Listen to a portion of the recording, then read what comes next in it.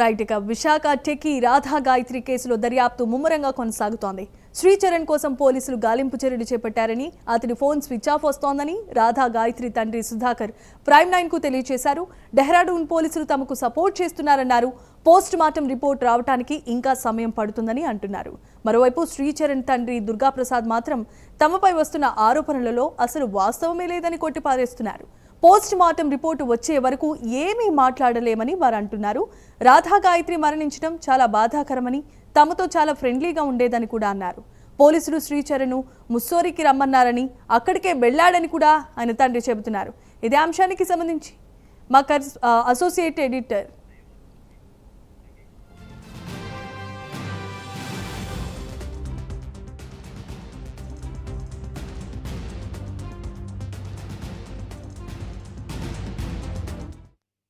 Hello hello Sudhakar గారు. Hello Sudhakar గారు అండి. చెప్పండి సార్. నేను లక్ష్మణ్ అండి సార్, రిపోర్టర్ని. రిపోర్ట్ చెప్పండి సార్. అదే మీకు ఏంటి విషయం, ఇంకా ముసలిలో ఉన్నారండి ఇంకా? డెహ్రాడూన్ ఉన్నారు ఇంకా? ఓకే. ఇక్కడ సంవత్సరంలో ఇది కార్యక్రమాలు చేస్తున్నారు ఇంకా? వాళ్ళు కూడా చేశారు, వచ్చారు, ఫాదర్ మదర్ వచ్చారు, చేస్తున్నారు సార్. అక్కడ పరిస్థితి సార్ అది ఎంతవరకు వచ్చింది? ఇక్కడ నిన్న డీజీపీ గారిని వెళ్ళి పోలీసులు కలిసామండి. మా ఇదైతే ఫాస్ట్ గా అవుతుంది. ఆ కుర్రాడు అయితే మరి సెల్ స్విచ్ ఆఫ్, మీరు మరి ఎక్కడ కనిపెట్టలేకపోతున్నారు మీరు కూడాను. వాడు సెల్ స్విచ్ ఆఫ్ తిరుగుతున్నాడు. సెల్ స్విచ్ ఆఫ్ తిరుగుతుంది ఎక్కడ అంటే మరి వాళ్ళ తల్లిదండ్రులు అయితే లేడు. అదే చెప్తున్నాం. వాళ్ళ తల్లిదండ్రులు అడిగితే వాళ్ళు ఏం చెప్తున్నారంటే డెహ్రాడూన్ బయలుదేరాడు అన్నాడు. మరి వాళ్ళు డెహ్రాడూన్ చేరలేదు. మరి అక్కడ పోలీసులు యాక్షన్ తీసుకోలేదండి? అదేనండి, పోలీసులు మరి యాక్షన్ అంటే వాడిని అరెస్ట్ చేస్తామని చెప్పి ఇచ్చేశారు. అవును, అంటే వాళ్ళు అక్కడ ఉండి ఇక్కడ అరెస్ట్ చేయాలంటే కాదు కదా, వాళ్ళకి వస్తే లేకపోతే ఇక్కడ ఏపీలోని పోలీసులకి ఏమైనా మెసేజ్ ఇచ్చి ఇక్కడ సహాయం తీసుకుంటే ఇవాళ ఫైనల్ అవుతుంది. అదంతాను ఇవాళ ఫైనల్ అవుతుంది. అక్కడ నుండి ఇక్కడికి మెసేజ్ పంపిస్తారని వీళ్ళకేమైనా డీజీపీ పంపిస్తారు. కలిసారండి మళ్ళీ అక్కడ వెళ్ళి డీజీపీ మళ్ళీ వాళ్ళు కలుస్తామండి. సార్ ఈ పోస్ట్ మార్టం రిపోర్ట్ అన్ని పరిస్థితి ఇంకా అవి ఇంకా చాలా టైం పడుతుంది. చాలా టైం పడుతుందా? పక్కా ఒరిజినల్ రిపోర్ట్ రావడానికి. మరి ఈ స్టేషన్ హౌస్ ఆఫీస్ మీద ఏమైనా యాక్షన్ తీసుకున్నారండి లేదా మార్చారండి? ఏమన్నా మార్చారండి, కొత్త ఆయన పెట్టారండి. కొత్త ఆయన పెట్టారా? ఆయన ఎలా ఉన్నారు రెస్పాన్సిబుల్ మీకు? ఆయన బాగా సపోర్ట్ చేస్తున్నారండి మాకు. ఓకే. ఇక్కడ మీడియా అంతా మీకు సపోర్ట్ చేస్తుందండి. ముఖ్యంగా మా ఛానల్ ప్రైమ్9 లో కంటిన్యూగా వార్తలు పెడుతున్నారు. మీకు గ్రూప్ మీకు పెడుతున్నా ఒక మెసేజ్ చూడండి, అదే లింక్ పెడుతున్నా, మీరు చూసి చేసుకున్నారు సార్. మీరు మాట్లాడిన అన్ని కూడా అంతేనండి.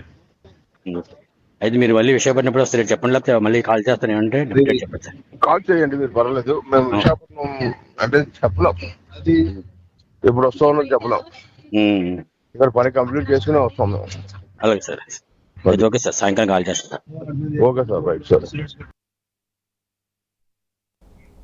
రైట్. ఇక విజువల్స్ లో ఇప్పటి వరకు ఆడియో క్లిప్ విన్నాం. విశాఖ టెకి రాధా గాయత్రి కేసులో దర్యాప్తు ముమ్మరంగా కొనసాగుతోంది. శ్రీచరణ్ కోసం పోలీసులు గాలింపు చర్యలు చేపట్టారు. అతడి ఫోన్ స్విచ్ ఆఫ్ వస్తోందంటున్నారు రాధా గాయత్రి తండ్రి. ఈ విషయాన్ని ప్రైమ్9 కు తెలియజేశారు.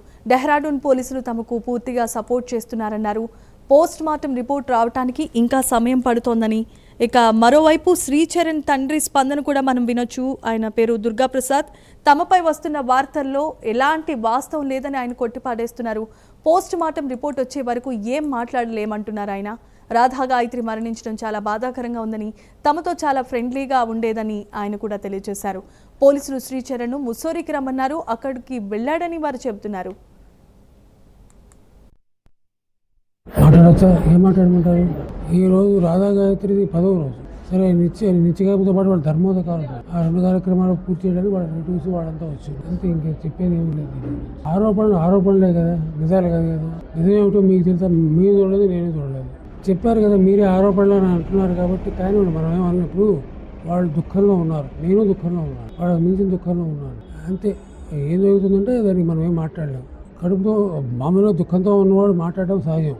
అంత మాత్రమే తప్పని మనం అనుకోలేదు. తండ్రిగా నేను అదే నమ్ముతున్నాను. నా వైపు నుంచి మా అబ్బాయి ఏమి తప్పు జరగలేదు. అని నా ఉద్దేశం. వాళ్ళ వైపు నుంచి అల్లుడు ఇంచేత మరి వాళ్ళు ఎలిగేషన్ వేస్తారు, సహజం అది. వెళ్దామని అనుకున్నాం మొదట, కానీ నేను అనుకున్న తర్వాత ఏంటంటే యంగ్ కపుల్ మధ్య మనం ఎందుకు, అది హనీమూన్ మనకన్నీ హనీమూన్లు మిన్నీమూన్లు అన్నీ అయిపోయినాయి. మనం వెళ్ళి వాళ్ళ ప్రైవసీని డిస్టర్బ్ చేయడమే కదా, అందుకని నేను డ్రాప్ అయ్యా. రైట్, ఇక ఇదే అంశానికి సంబంధించి మరిన్ని అప్డేట్స్ను అందించడానికి విశాఖ నుండి మా అసోసియేట్ ఎడిటర్ వాసు లైవ్ ద్వారా సిద్ధంగా ఉన్నారు. వాసు, చెప్పండి.